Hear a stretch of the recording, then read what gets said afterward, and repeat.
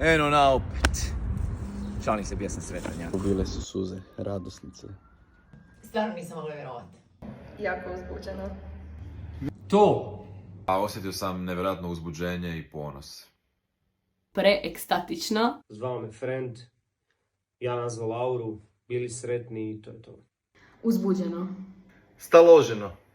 Juhu! Uzbuđenost i euforija. Dobro, bili smo preuzbuđeni. Bilo je puno suza.